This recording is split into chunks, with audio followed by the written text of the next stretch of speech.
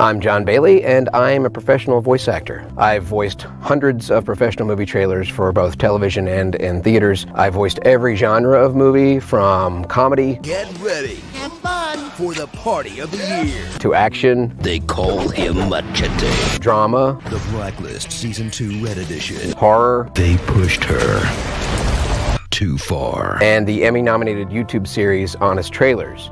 Oh, they're gonna just rehash everything from Star Wars, aren't they? I've done characters in XCOM, I've done characters in Dishonored 2, Halo Wars 2, Annoying Orange, Transformers Combiner Wars. I am no longer the leader of the Autobots. There's not much dust from the mines down here at the docks. The recent performance of XCOM has been nothing less than exemplary. These are our lands! Maybe you want your mother to be happy. Nothing will stop buying bags. One of the jobs that I do is called voice matching, or ADR, and I am a professional impersonator. I've voice matched for actors like Jeff Bridges and Chris Hemsworth. Whoever gains control of that mirror will be unstoppable. I've never seen that before. Oh, bother. And I will kill you. I win an Oscar and then everything begins to sound like this. Are you finished with those errands? Since my career began, I've had hundreds, if not thousands, of requests from fans wanting me to record ringtones and voicemails or birthday wishes, and I was always happy to oblige,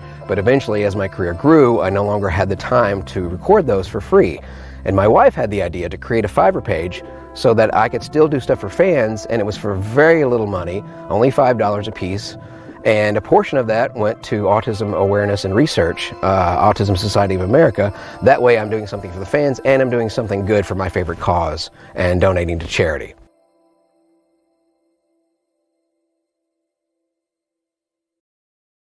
Epic voice, welcome to the show. JB, how are you, man? Good. How are you? Listen, I guess this is your first official interview on the app. Listen, before we get started, everybody who's in the room right now, you can click that plus sign at the very bottom of your Clubhouse app, ping some people in, and the ones that you'll see, they'll have a little green dot. There you go. Just ping them in, tell them to come on in. As you see, John, we've got a bunch of radio people in here and just some people who are interested in voice acting, a bunch of actors all around. Bud, how are you, man? It's been a minute since we've spoken. I'm good. Been busy. Still a little on the crazy side. A little crazy side. You know, when I spoke to you, I had no idea that you were in LA. When did you move to LA? 3 years ago in July. 3 years ago. Do you remember when and how we met? Yeah, we were on back when it was nothing out there for voice actors on the internet except for a little bit on Google, and you made the Voiceover Universe website for a voice actor community, which is kind of the first of its kind.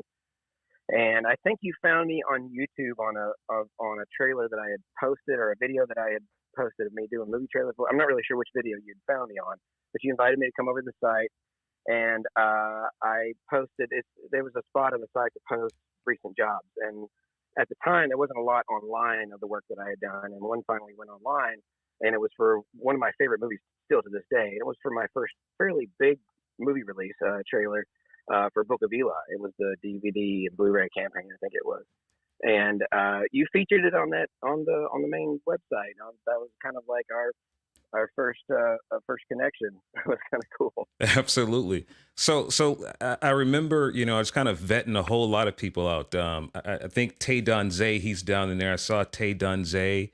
I found him on YouTube, and 𝗃𝗢𝗡, who's gone on to do Fox, and he's done Mad TV. So what was like your first experience in voiceover? I mean, were you playing around on YouTube, or had you been working? I started doing just voice related stuff on YouTube in 2007, but I got added to the roster at a place called Studio Center. Studio Center, yeah. Yeah, 2008. It was like the beginning of 2008, like February, I think was my very first gig. Right. So over time, that first year or so, I started just booking commercial here or there. I think I maybe booked 1 to 3 jobs a month. I was just auditioning part-time, mostly non-union. And then later on, that one of those videos on YouTube caught the attention of my first manager, who strictly worked in trailer and promo stuff, and started getting me on that over the course of the next year. And that's what led to, he was the one that represented me, he's the one that booked me on the Book of Eli trailer that was featured on your website. So you met me after I'd been with him for about a year or so. So I've done some non-union commercial work, and I booked so much with him, I got in the union without even trying too hard. Wow. So what was it like? Was he like a big agent in, what was he, New York? No, he wasn't. He wasn't? The odd thing. Wow. He ran a trailer company, not too far away from the Grove, actually. Mm-hmm. And he just did trailers. He had a trailer house, and he just thought I had a lot of raw talent. It was after Don had passed away. Don was the kind of the godfather of movie stuff in a world. And he did some YouTube searches on people, and because that video I posted so long ago had done fairly well, a lot of people don't realize YouTube's like the second largest search engine next to Google. And I was on like page 3 or 4, and he found me, and he's like, "Oh, this guy's actually pretty good." So these guys, the voices are, and that's kind of where he had me work with his producer for a long time, because at the time I just did impressions of other movie trailer guys, so he kind of worked with me to come up with my own version of that. Right. So here you are, a kid on YouTube, voicing, just having fun. Had been doing it 5 years prior to the time I found you. And you're in Memphis. Yeah, I was in Memphis, which is why I never really pursued it. Because, Memphis is known for the 3 Bs. We got blues, we got barbecue, and we got bullets. And I'm not a super big fan of any of those 3 things. So a lot of crime, a lot of singing, and a lot of culture, but not voiceovers, Right. So Studio Center kind of surprised me. It showed up as a pop-up ad on MySpace, which my wife had made for me. And they had one of their locations was in Memphis, which was a really big shocker. It's not even there anymore. I don't know how long it closed, but when I went back after my last visit, I went to take a friend over there to see it. It's a Braille Institute now. So I don't know if they even have Braille Institute. Wow. Wow. So for you, like, what was like your biggest accomplishment? And now, before I even go there, you leaving Memphis, you said 3 years ago. What was it like, having done hundreds of movie trailers, as we've heard, and looking at YouTube, you have like over 22 million views combined on YouTube. First of all, is that actually, mind? There's a website that tallies up your credited views, and I have a combined over 2 billion views credited. Wait. I'm not even sure No. Wait, hold on for a second. I think you said B. You said billion. I think you meant million. That's the website I used. Totaled up everything credited online, at least online, and it was like over 2 billion, which is insane. I do a lot more than people realize that I do. I do voices for a ton of other YouTube channels. I'm just kind of well known for one. And a lot of people just don't realize my voice is I'm just a Swiss Army knife of voices. I do anything that somebody throws at me. I'm just like, I'm willing to give it a shot. Maybe I won't do great on it, but I'm willing to try it. And it opens up new doors. I'm like, oh, I guess I can do this. Now I'm doing this now. And then I'll do another one. And now I'm doing this. What does that feel like to you? I mean, I know it has to be mind blowing, man. I mean, your voice has been viewed 2 billion with a B times. Is that mind blowing to you? Yeah, that's a little surreal. I mean, it kind of dawned on me after Ryan Reynolds wanted to collaborate on the Deadpool Honest trailer. It was kind of like it's reached that point where this little, basically just trying to make ends meet and doing this little jobs here and there for these different channels and YouTube stuff and making my own content has reached the attraction of the attention for some A-list celebrity. And they're actually wanting to because for a long time I tried to keep YouTube stuff separate from my professional voiceover career, because I'd walk into a studio, they're like, "Why do you sound familiar?" I'm like, "Oh, I did this thing online." They're like, "Oh, so you're a YouTube voice guy. You're not a real voice guy." And I hated that. That ticked me off. That was like my parents when they told me that this is not a real job. You need to go get a real job. Right. Wow. Yeah, so and then once that kind of went mainstream, it kind of opened up the door where I'm like allowed to talk about my social media stuff. And then the turn kind of happened in that this just in this past decade, that turn of being on social media and having a social media presence and a brand and being a content creator is a huge plus for a voice actor, because there's people that are skipping the line because they have a huge following and they have no acting experience and but you have 2 million followers, so yeah, we'll put your voice in a game or we'll put your voice in a whatever. So now it's become just as big to have all these views. That's how the 2 guys from Smosh ended up as voices in the Angry Birds movies. I mean, they're not professional voice actors. They're YouTube actors, if you really want to call them that. They just do sketch comedy stuff on YouTube, but because of their following was so huge, that opens up opportunities for them in the voiceover world. And I was like, you know what? If as a voice actor, if I applied that to social media, that I bet that would help my career, and it has. It's insane what it's done for. Wow. You know, I'm streaming some of this on Facebook, so people can actually hear me talking to you. And Scott Chambers, he's one of the great voiceover guys out there. He says you're not only a talented guy, but you're one of the nicest guys in the business. And that's for sure. I appreciate that. I have a few trolls that would disagree with you. They get angry. They get angry. I sometimes I'm in person. I'm a very blunt, socially awkward person. So I tend to rub people the wrong, because I hate beating around the bush. And honestly, that's all of Hollywood. Everybody wants to pat you on the head and tell you what you want to hear. I'm like, look, just rip the Band-Aid off and give me a straight freaking answer. You know, and that's how I treat people, because I'm like, well, I don't want to waste your time. I'll just tell you what you need to know. And then sometimes, you know, somebody comes to you looking for approval, and you give them an honest answer, and you forget, oh crap, this is a fan. And even though they're a grown person who should be able to handle this, you know, they cuss you out for 1,500 pages. You know, but honestly, I think all of us in voiceover are kind of socially awkward, man. I mean, you know, here we are in our homes, in our boxes, and then when we go out to society, it's kind of weird. I mean, I remember when I left radio in 2004, and for 9 years, you know, I was in the box, and then I went back, and it's kind of weird to me. But I was already socially awkward. But you know, you adjust. Yeah, I've learned to adjust since I'm in radio. I keep telling people, because they're like, "Oh, you have a home studio?" I was like, "Dude, I kind of like this Matthew McConaughey commercial. It's like, I was recording in a box long before people do." Wow. Yeah, it's one of those things. It wasn't really anything my fault. There weren't a lot of kids in my neighborhood, and the one or two friends that I had, they all did sports. When our school was so small, we didn't have any sports, so I was just there by myself for a long time. So I was recording voices on the Fisher-Price tape recorder, making my own stories, doing impressions of characters and things, and doing it even when I was 4 years old. My first impression was of Grover. Let me hear the Grover. Let me hear the Grover voice. Let me hear that. You still know how to do that one? Of course, you can hear the Grover voice. I'm so glad to be here today, Mr. Big. So my mom had told me, like, I can do Grover's voice, and I was such a competitive kid. I was like, right. I bet I can do it better than she can.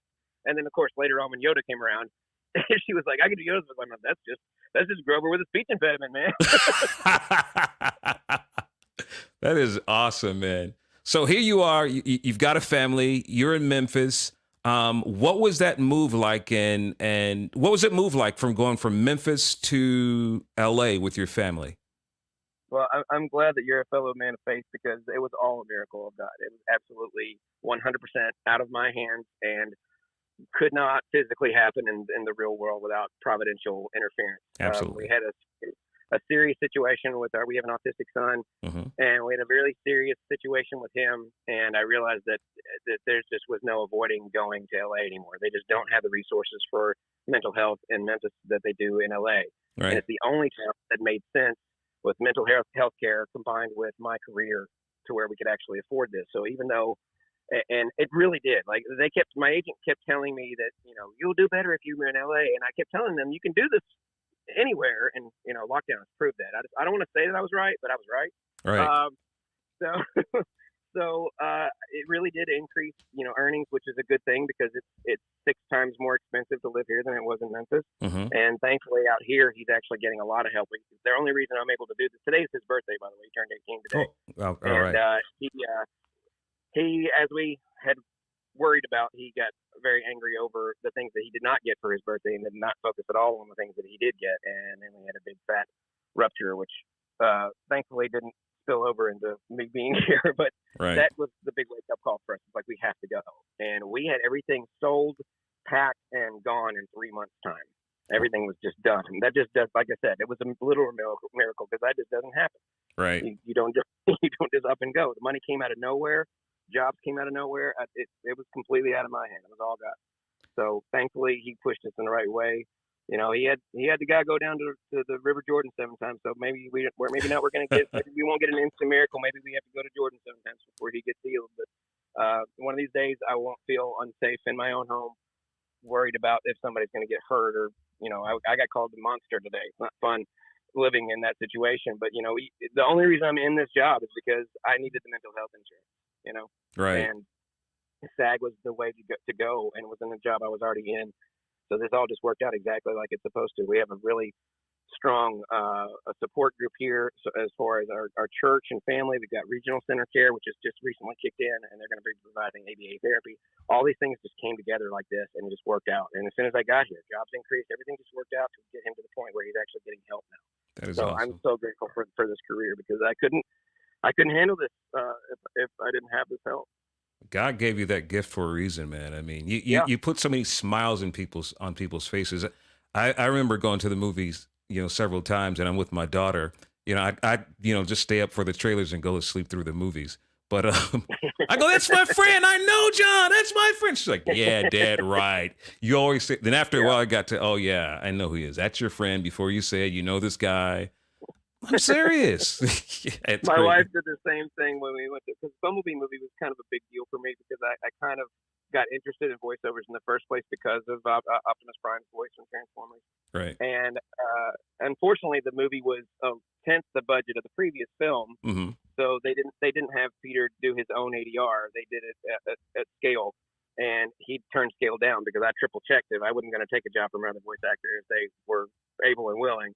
And they're like, no, he turned it down for the rate. And I'm like, so yeah, I did 15 minutes worth of work of Optimus Prime for a few days. But getting to work on that movie, and then some of the additional voices that I did ended up as final voices in the film and got me an on-screen credit. So my wife turned into Buddy the Elf at the end. Santa, I know him. Like okay, calm down. There's people here. Wow. So what are you working on now? What's on your schedule now? Because I mean, it was hard getting you on. You was like, yeah, probably we can, maybe. And I understand when you've got work, it's hard to commit. You know what I'm talking about, because I mean, they call it the golden chain for a reason. You really don't know what's going to happen from day to day. Absolutely. And you throw in autistic, unpredictable autistic behavior on top of that, so you really don't know how the day is going to go. So I did 2 new anime this past week. I did my first animated film, which I'm a few credited characters. That was a cool experience for me. Got to make fun of my favorite person to make fun of. Quite frankly, one of the best. Okay, the best. Donald. So wait till that comes out. Any chance I get to make fun of Donald Trump is fine. What's the one voice that you're really famous for that people like absolutely love? Oh God. Wait, hold on. I gotta keep this freaking phone on Do Not Disturb. I'm sorry. What was it again, John? I said one of the main voices that people know me for is the epic movie trailer voice, which is that whole in a world where one man talked to another man over the phone, but other people were listening in. So it kind of that and my name is Optimus Prime. Autobots transform and roll out. And of course, I hope you're wearing your brown pants, because I do feel it for Ryan Reynolds a lot. I don't know what it is. Maybe it's because of the large amounts of aviation gin I've had, or maybe because I use Mint Mobile. But something has happened, and his essence is transferred into my vocal cords. I can't explain it. That is freaking amazing, man. I mean, I literally have to, I have to watch something for a while to really channel that voice. I mean, you do it so quickly. What does it come from? Some of them I can't. I mean, some of them I can't. Some of them are just so much easier to improv in, because I'm working on a new streaming service now called Rizzle. Shameless promotion. Self-preservation, though. And it's a longer form video format than most apps. It's like a minute long. And I've started doing this deep fake stuff where I do celebrity impressions, and I can actually wear their faces digitally. And it's much, much more advanced than a filter. It's kind of what they do, like in the Star Wars Rogue One for Grand Admiral Tarkin and for Princess Leia after they had passed away, to make them look, like themselves again. So it's that type of technology. And I just take improv and impressions and kind of just slap them together. But I realized that there's like a handful, like Matthew McConaughey, Mark Wahlberg, Ryan Reynolds, ones that are just super easy to come in and out of.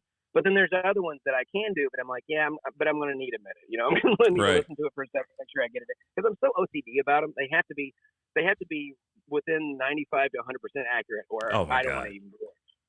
So when you're doing on camera stuff, it's a whole nother ball of wax, because now you have to physically be aware and present with the camera and your physical movements as well. Whereas when I'm doing voice match stuff or voiceover work, I'm solely focused on the script and getting the voice to match, so they can weave it into the thing and nobody even notices that my voice is even in there. It just sounds like the other guy. So yeah, I totally get that. I totally get it. So let me ask you, so with 2 billion videos, you said 2 billion, correct? 2 billion combined views, not videos. Right. That's what I meant. 2 billion. That's what I meant. 2 billion combined views.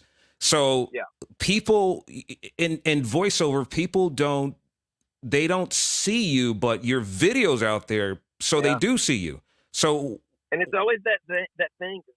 It's like every person I meet, there's something. I guarantee there's something that they've heard me in. Even if they haven't heard me for the thing I'm most famous for, I'll throw something else at them. They're like, wait, I've seen that. Holy crap, that's you.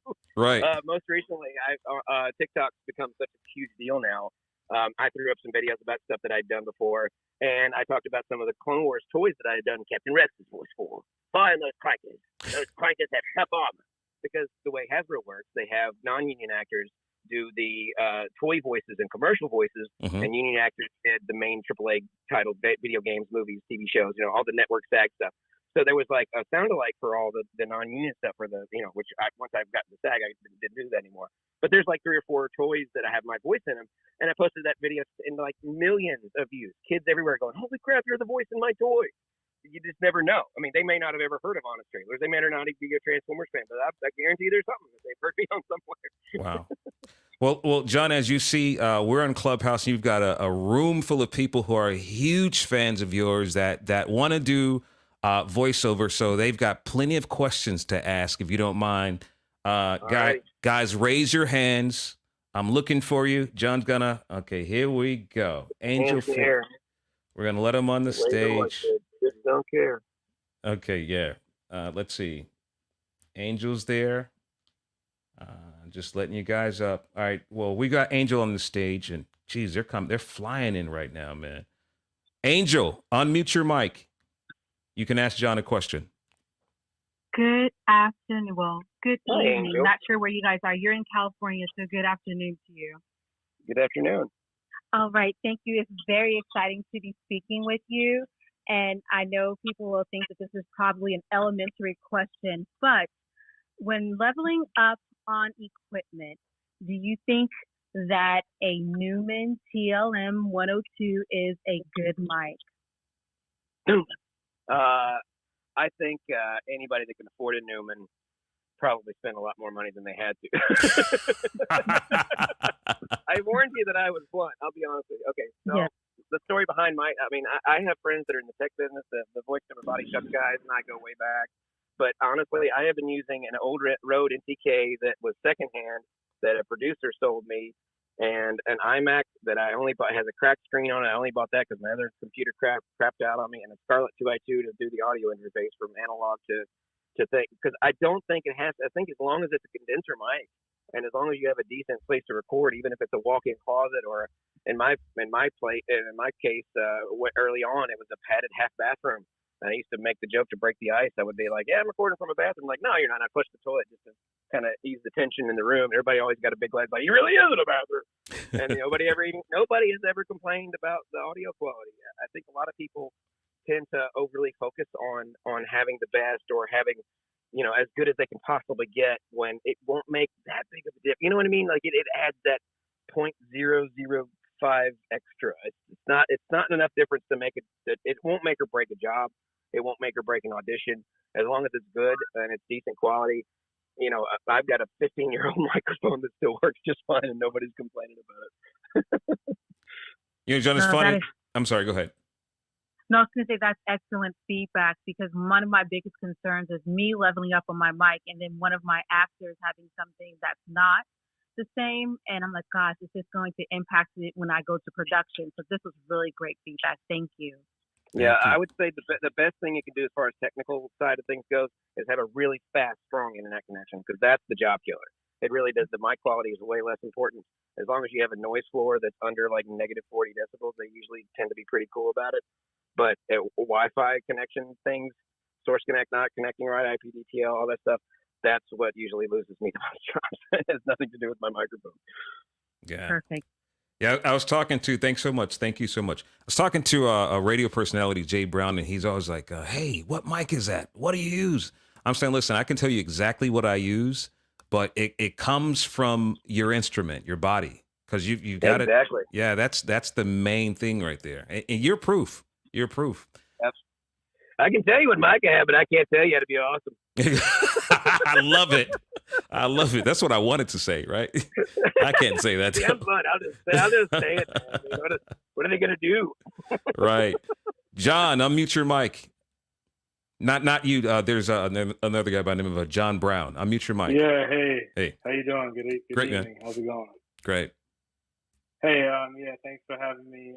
Rick, it's awesome that you do the voice of Optimus Prime. I grew up on the original Transformers, so obviously that's a iconic voice in my growing up. So between him and Soundwave, those are two of my favorites. So thank you for doing. Those are two of my three favorites too.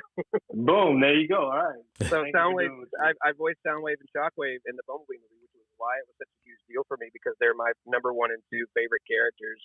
And I didn't just book one voice in the movie; I booked 2, and it was the biggest thing. It was the thing on my bucket list that I thought I would never check off: to work in a Transformers something official Transformers, with me voicing a Transformers character alongside the original voice of Optimus Prime. And my scene is literally back to back with Optimus Prime. It's me, him, me. And then our names are right there in the credits together. That was like, I was like, I can't believe I checked that one off. Before I checked off the voice of the network, before I checked off the voice of an entire network, I got to check off working with Peter Cullen on Transformers. Wow. So that's awesome. You just described my childhood dream as well. So cheers to you, bro. That's cool. Thank you. I guess my question is, how much, and forgive me if I'm late, I may have missed it, but how much actual kind of acting training have you had, and how important do you feel that is in what you're doing? I believe you should research who you get training with. I believe that's the most important part of it, because there's a lot of people out there that'll be like, oh yeah, I'll make you the next Brad Pitt, I'll make you the next Leonardo DiCaprio. And if you'll just, spend $500 for this 5 seconds of my time, and then if you don't book that job and you come back in later, like, well, you need my advanced course. It's only $1,000 a second, but I guarantee you that you will be the next George Clooney. And it's all smoke and mirrors. They're just blowing smoke up your butt and telling you stuff that you could probably figure out on Google for free.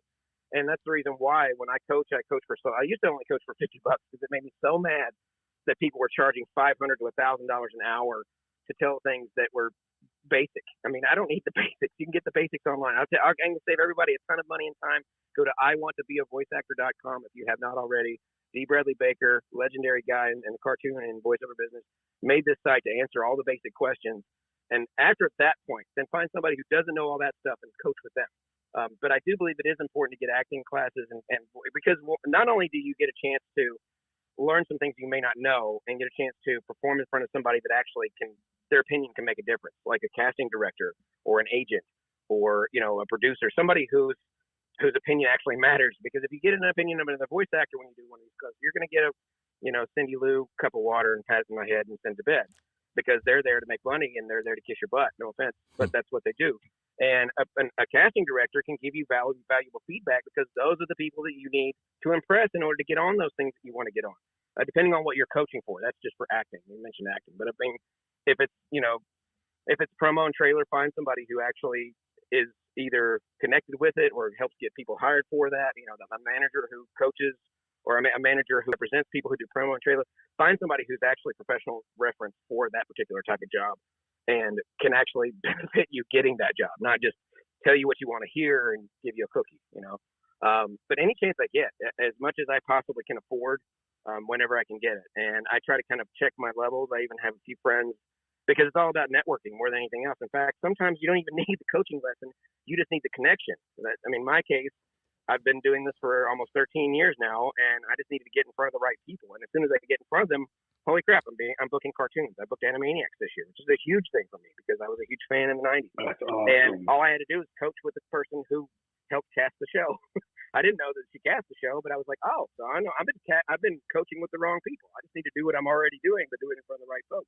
And there's still things that I get to learn. So there's two parts to that. It's not just about getting acting experience and coaching and feedback. It's also making connections that can actually get you hired for things. That's right. Good stuff. John Brown, thank you, man. No, I was just gonna say that's awesome. That was worth about $5,000 an hour. Yeah, you can write me a check. Write it after. Yeah, John. Put your Cash App on your page so you can give you a tip for that tip. All right. It's on the way. Venmo money. Right. Thank you, John Brown. I appreciate it. No problem. Absolutely. Q, unmute your mic. You're up. What's your question? Hey, what's up, boys? My name is Q George from Brooklyn, New York. Thank you for having this room. Shout out to John and everybody else in here. You were in the right business. I know, right? Thank you. Thank you, brother. My ears are tingling here. It's buzzing. It's buzzing. It's buzzing, man. thing. Yeah. It's a good thing I wore my brown pants. I know, right? I'm in the midst of completing my voiceover reel, and I want to go towards the movie trailer world. Now, making this reel, should I make one solely for movie trailers, or should I mix it up? If that's your main genre, absolutely. What I found when I first started was that a commercial demo kind of is an all-encompassing demo that covers everything, which is why I think everybody should start with that, even if that's not your main career goal, because a trailer is still a commercial, and a character in something is still a character in an ad. So you can put characters in a commercial demo, you can put trailers, promos, anything that's an advertisement, you can kind of put it in a commercial demo. But when you're specifically going after trailer and promo work, just make sure that it's a trailer demo and a promo demo separately. A lot of people, it's real simple to tell the difference between the two.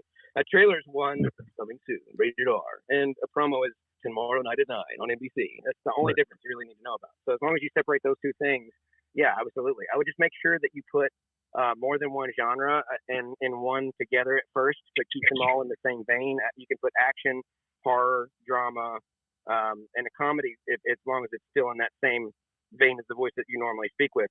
You can mix genres in your first one, but as you start to book them, make sure you break off and kind of.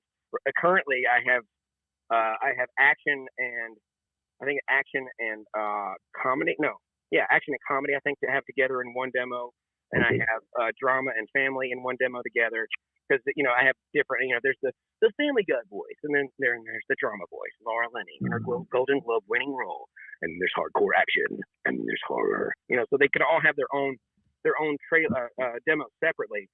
But at first, just kind of, as long as the voices don't stray too far away from each other, you can combine them all into one. But as you grow, just make sure you separate them out. Good stuff. Good stuff. Thank you, man. Look out for me. Yeah. What's your? For me, Rick. I know, right? He's coming for you, man. Threaten me. Wait. Hey, let's do a versus. How about we do a versus? Okay, we're gonna do a voiceover versus.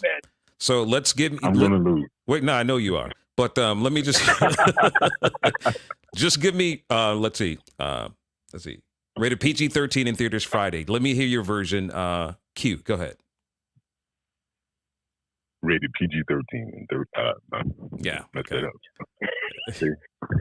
Told you I was gonna lose. John, just go. I could give you let's do it 107.5 WBLS. All right. Now, John. Rated PG-13 in theaters Friday. There you go. That's good though, man. And what you just did too, Q, was it's called radio imaging. So that's another thing. There's radio imaging. There's promo. Radio imaging can have its own demos. I had no idea the massive size of this industry when I first got into it. Yeah. And as I grew and over 5, then 10, and now almost 13 years, I was like, holy crap! I'm gonna have to have like 50 demos. Exactly. Q, thanks a lot. I appreciate you. Thank you, brother. Likewise. All right. We've got a question on social media from Fredro Jones, and his question is, John, what's the most common mistake you notice amateurs make the most when getting into the voiceover game? Well, I'd say the most common mistake is asking somebody on the internet what the most common mistake on the internet is. Because I get 50 of those a day. What can I do to become a professional? You don't skip the pile and go to the guys who are established and ask them just because social media allows you to get that information. Right. Because no matter how much information, even if I shared every single contact I have and my agency's personal cell phone number and my manager's email address, if you don't have any experience or demo or a website, you're not ready for that information. It's not going to help you. Right. You need to go to D. Bradley Baker's website, like I said, find out the basics, then start working on a demo and a site and a social media brand. Try to keep all your usernames the same, get experience. To go through a few pay-to-play sites so you get your feet wet, then start getting some real work. Slowly work your way up the ladder, make connections, move somewhere that you can get, Atlanta or New York or LA.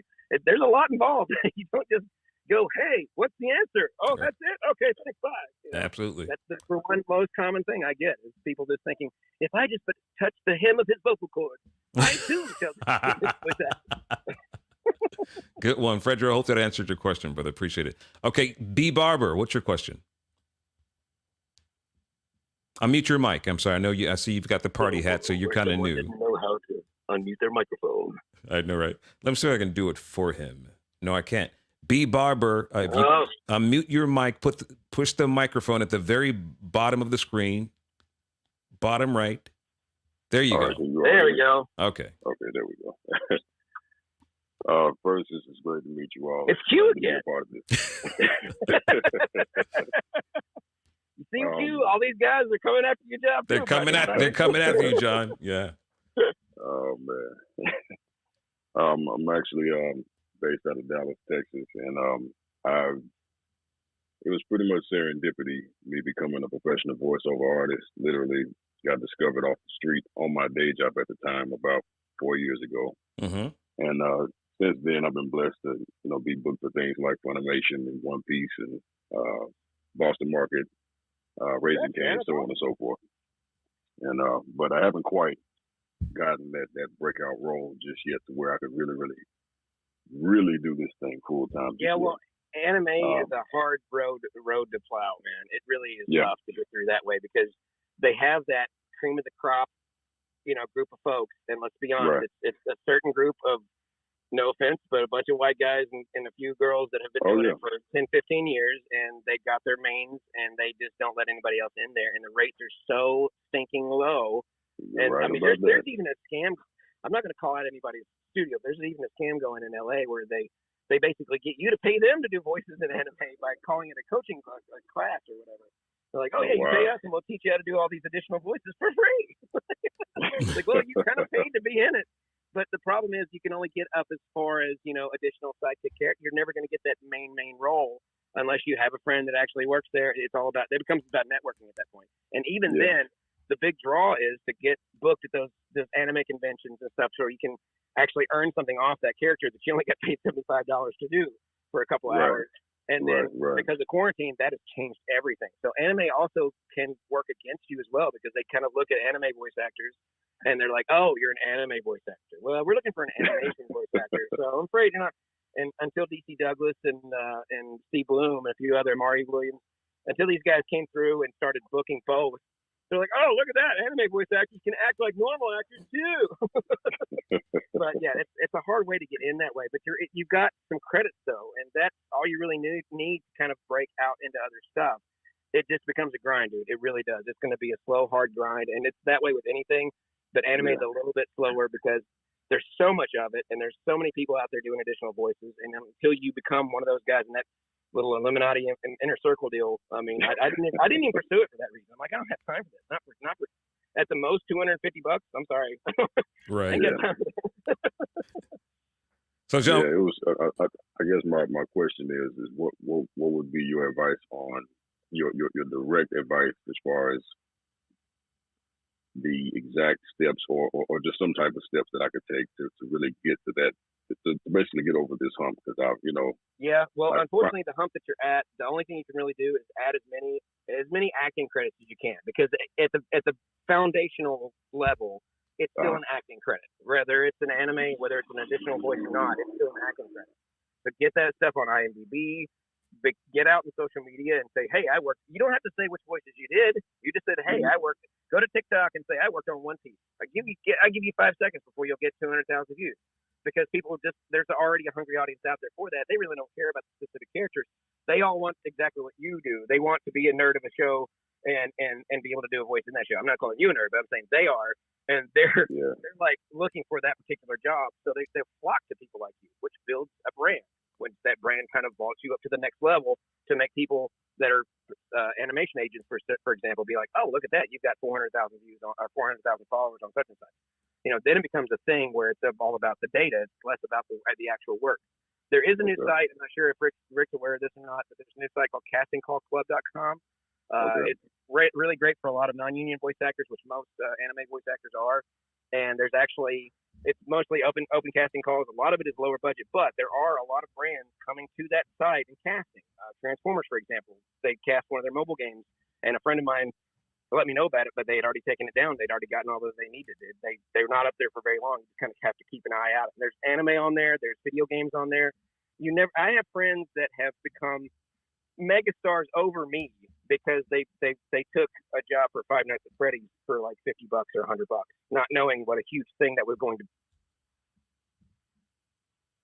From one day to the next, what this little indie game that nobody took 2 seconds to look at became a huge man. And now Five Nights at Freddy's has 7 games out. It's got a movie coming out. So you never know. Put as many lures out in the water as you can to catch more fish that way. All right. B, thank you. Good luck to you, man, okay? Appreciate it. Thank you. All right. God bless, brother. Lou, unmute your mic. You're up with John Bailey. And by the way, make sure you guys follow John. Just click on his profile. Follow him. Lou, what's your question? Unmute your mic. Bottom right. Unmute mic. Okay. I'm going to have to move you back to this. Yeah, I'm going to put him moving back to stage. Paul, unmute your mic, please. Thanks. Paul Porter. El Capitan. Hey, I'm here. There you go. You again. Where's all these cues coming? I know Rick has all the deep voice black guys. Huh? Now, let me just. Well, if it makes you feel any better, for about 10 years, everybody thought I was a deep voice black guy too.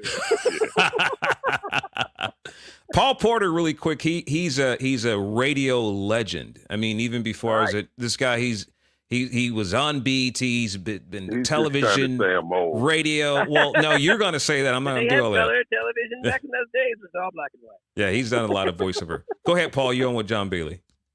Hey, John. How you doing? You know, I know the industry's changed a lot from the days when I used to knock on doors and go to auditions. You were never part of that, right? How do you audition mainly? Well, when I first got started, it was just through that site I mentioned earlier in the interview, Studio Center. And then I started doing ones online. I think voices.com is what I started with, but as the years have gone on, voices.com is not a great place to do voiceover stuff for, even if you're brand new and just looking for experience. It's one of those where I'm like, okay, do 1 month just so you can have some experience, but don't stay there. Because it's kind of a predatory site. They tend to take more money than they deserve. Voice123 is probably your best bet as far as if you don't live anywhere near where there's representation. But there's agents all over the country if you just know what to look for. I usually just type in post-production and the name of the closest major city, or type in, voiceover agency. It's all about what keywords you use on Google, and you'll probably be shocked to find that there's something that could work for you. Go Voices, I believe, is one. They're an online agency that doesn't matter where you live. So yeah, there's quite a few options out there. But once I got picked up by an actual agency in person, not online, and I had my manager, that kind of just those two areas alone give me 80% of the jobs that I get. A lot of the rest of the other. But do you just book jobs or do you audition? I'm still auditioning. I know, dude. Okay. Everybody. I would just no think matter how somebody big like get. you would just book them. Okay. No, everybody still auditions no matter how big they get. I can count on probably one hand the time I've been directly booked this year, and I've booked thousands of jobs, but all of them usually come from direct auditions, or they come from somebody who already had something specific with that in mind, and it was only between me and a couple other guys. So it's either because there's less competition or because the majority of them just comes from audition. You just have to keep auditioning. You never really know. That's why you have to do every audition as best you can, because even if it doesn't get you that job, if you make a good impression, they may hire you for something later down the road, and then you wouldn't have to audition for it. Remember that thing we did a while back? Good example of this. I booked World of Warcraft for Blizzard, and they were like, "Hey, you want to go to Irvine?" I'm like, "Sure." I didn't know Irvine was 3.5 hours away from LA. So went down there on zero gas, and they were like, "Did you ever hear about how you got this job?" And I'm like, "No." And they were like, "Well, you recorded for something for us back in 2011, 70 years previously," and they hung on to it, and it booked me 7 years later. So you really honestly never know. All right, thank you for that, man. God bless, brother. All right.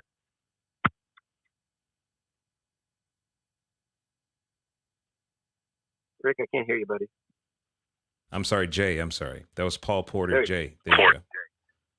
I promise I don't sound like a black dude with a deep voice. I promise you that. It was a little scary at times. I thought it was God calling me. No, I'm just playing from Houston, Texas. That's pretty good. That was pretty good. Thank you so much. I'm so nervous. Right. Oh my goodness, Christ. So what I used to do growing up, I would watch Space Jam over and over again because other than that, I looked up to Cree Summers because I was. Oh yeah, she's a great role model. Yes, and it was so amazing and so exhilarating to see someone like me to do all these other avenues. And Deborah Wilson as well. I've got to meet. She's actually with my agency, and she is an absolute joy to hang out with. You can't not feel better after meeting her for more than 2 seconds. Is she the one who was on Fox? I mean, Matt TV? She's on, Matt TV back in the day. Yeah. She was incredible. Yeah, incredible. And it's amazing just to be in this room with you all. My question is, when did you take that leap of faith and say, well, I'm going to have this as my career. I'm going to do voice acting as my career choice. Well, it was a leap of faith. It wasn't voluntary, though. Right. The housing crisis happened, and my job went under bankruptcy, so I didn't have much of a choice. They put me on a severance package, and I cashed it out. It was only $1,500, and I took unemployment, which wasn't very much money. And I just I guess I can audition full time now and see what happens. Right. And the very next month is when my first manager contacted me off of some video off YouTube. So you really never know. Providential. Exactly. My other question is, can we network? I'm open to network with anybody. I mean, I have everybody from the I don't have anybody following me, but I'm here and I'm a human being and I actually am making content and I do want to be a voice actor. When it comes to minorities, I make sure that their parents are aware if they want to ask me questions or whatever, or coach. I just try to be careful to avoid any situations that could get me in trouble. So I always had to make sure there's an adult present. Absolutely. But everybody from the ground floor all the way to the top floor.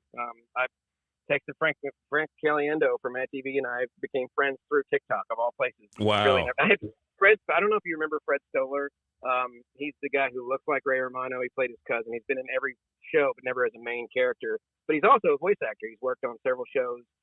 Oswald from Nick Jr. and Handy Manny on Disney Jr. And he emailed me today. He was like, John, I went to go get the money out of my TikTok account, and it still said I had another $1,000. But then when I went to go take that $1,000, then it said I had $2,000. But then it said I had negative $400. What do I do? And I'm like, ask TikTok. So I network all the way as high as they'll go. I'm happy. I'm pretty much open with anybody. Yeah. Oh, I'm following both of you all. Okay. Make sure you guys follow. Make sure you follow John. You follow me. And in fact, Jay, thank you. So, did you have any more questions? Any advice on anything?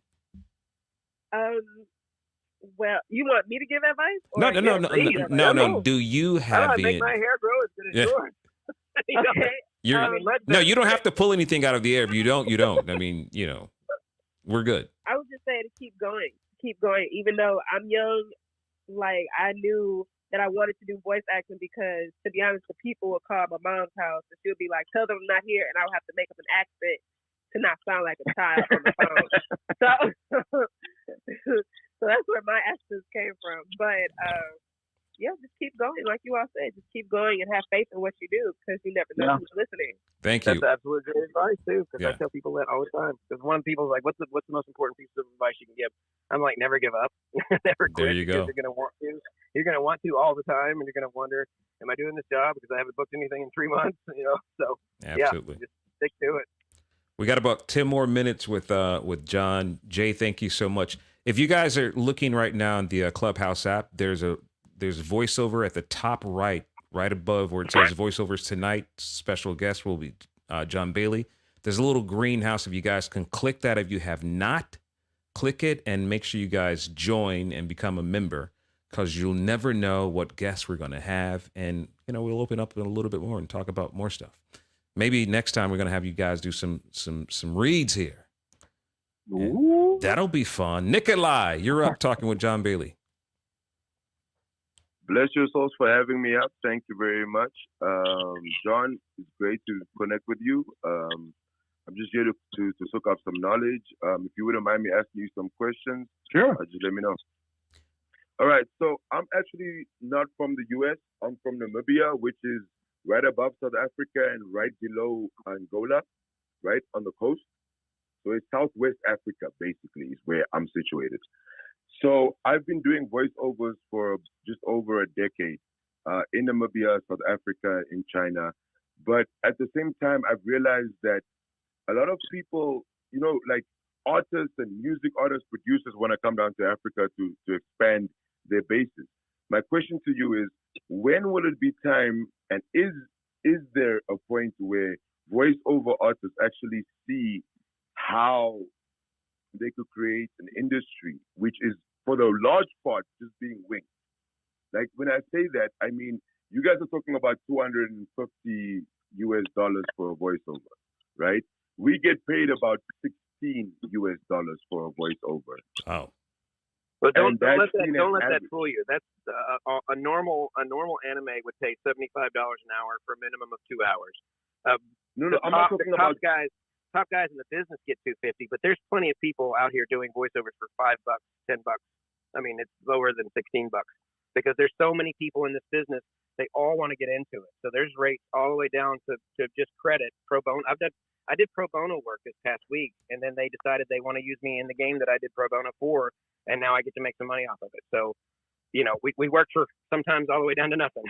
So don't feel too bad. It's only $16. No, I fully get that, but like, you guys have an industry that exists in the sense of like usage fees, right? Whereby, look, the first voiceover I did, I got paid, man, I think it was not even $10, right? Wow. And they used that for 3 years. Yeah. Right? This is one of the major alcohol firms in the country. These guys make billions of dollars. Yeah. Right?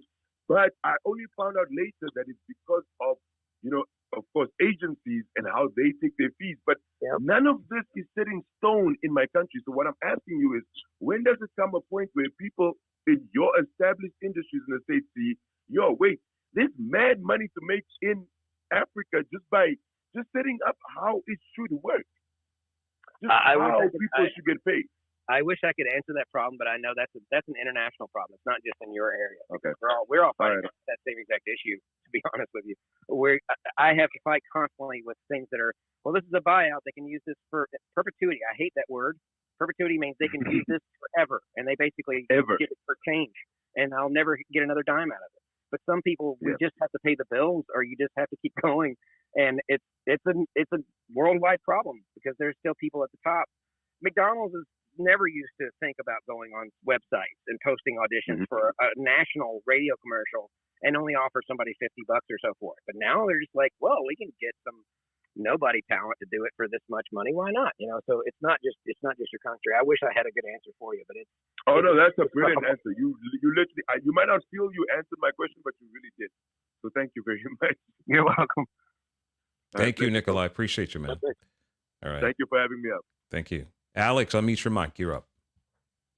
Hey, what's going on, everybody? First of all, thank you so much for holding space and answering our questions.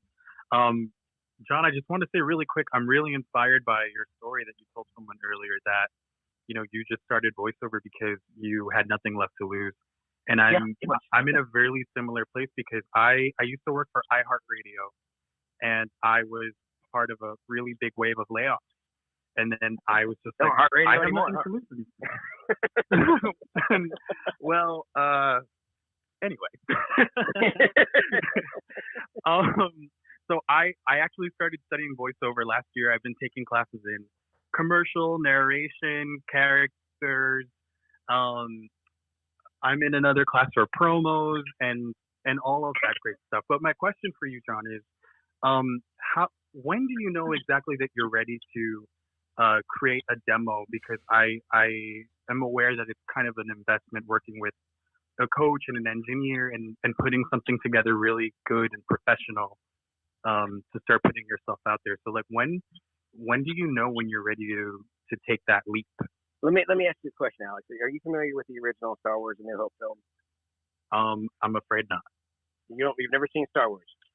I mean, like, I know the gist of it, but I've never watched Star Wars, no. Okay, well, you've probably seen enough of it on television to see what it ended up being.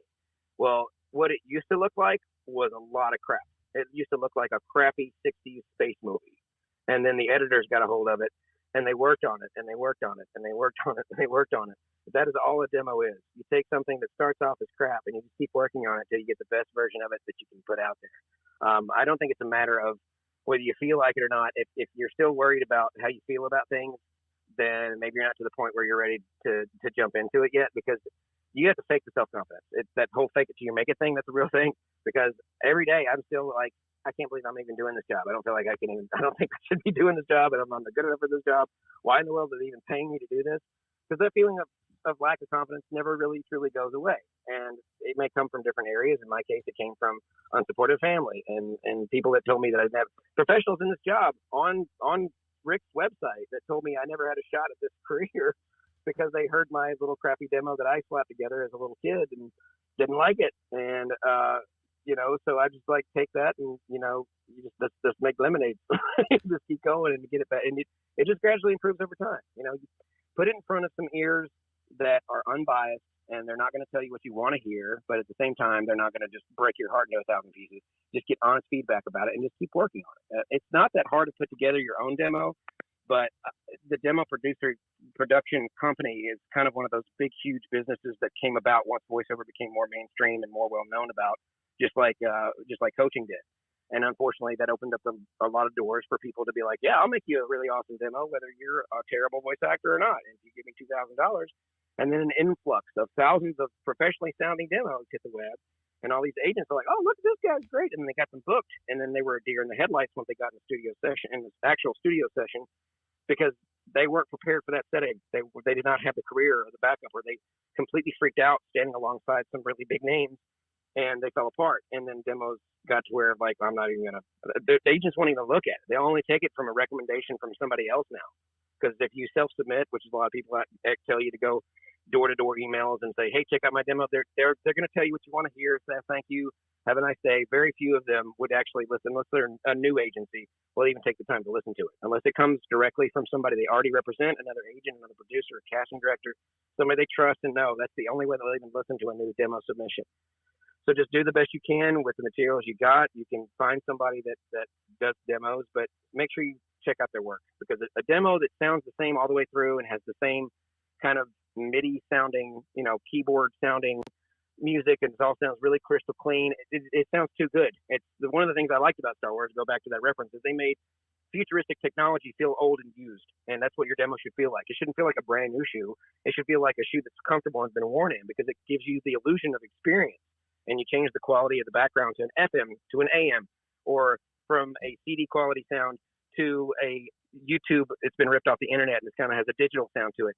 And then you have some that have no music, and some that have some music, and some that has background, and some that has background and music, and some that has nothing at all. And you kind of mix it up in there, and you've only got about 30 seconds to a minute to get all that out there.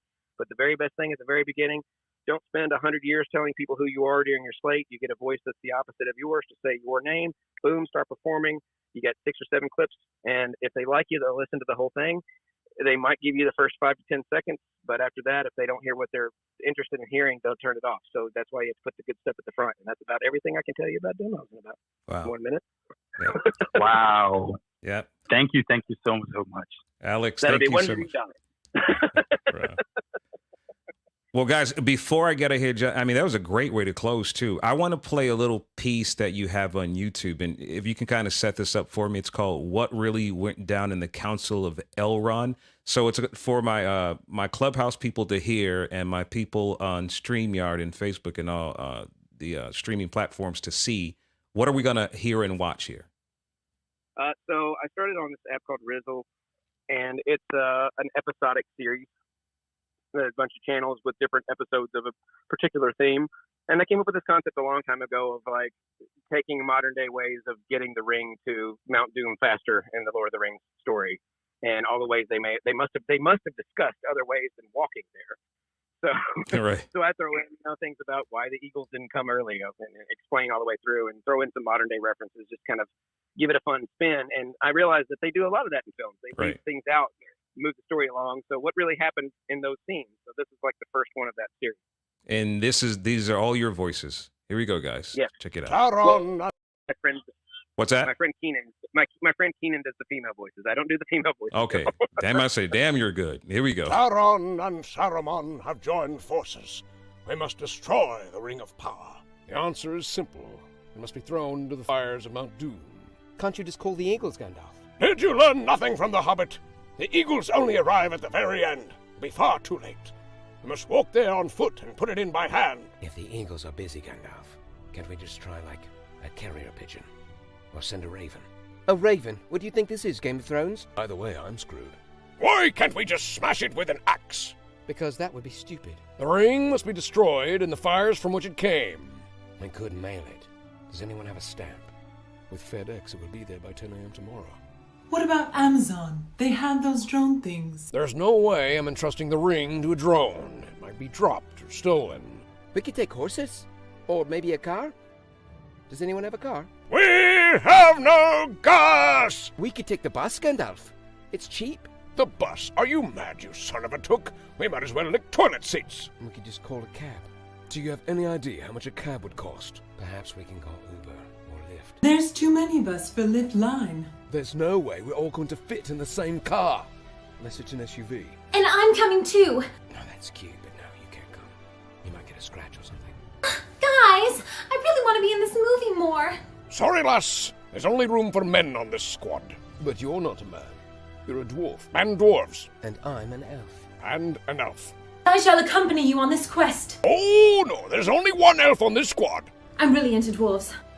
Oh, well, I suppose there's room for one more. You wouldn't happen to have a single, younger, more attractive brother, would you? Why, yes, I have several brothers. Hey! Can't you just magic us there? That's not how the Force works. I shall take the ring, Gandalf.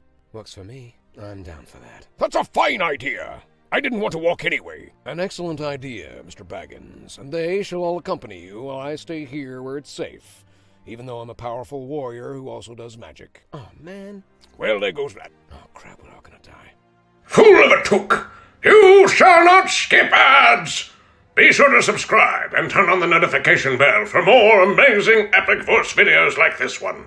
Click that thing over there, or over there, wherever it is. Click on it! John, you are amazing, brother. God, man, thank you so much for hanging out with me, man. I hope you have a happy holiday. God. So what do you have planned for the holidays? Anything special? Nothing special. Just hoping to hold the fort down. It's been really rough with our son lately, and thankfully we've got some extra help right now. So we're just hoping for a peaceful Christmas this year. So. There you go. Well, I don't know about you, but I think I may be the only one that was not too disappointed that I didn't have to drive 3,500 miles to hang out with in-laws that didn't really want to hang out with me in the first place for Thanksgiving. I've been absolutely nowhere. Have not flown. I have not driven more than a mile anywhere. I mean, being at house is me all day. All day. I'm perfect with it. Well, John, if I don't speak to you anytime soon, man, have a great 2021. Happy holidays, brother. I appreciate you. Merry Christmas. God bless you, brother. Bye-bye. All right. Thanks so much, guys.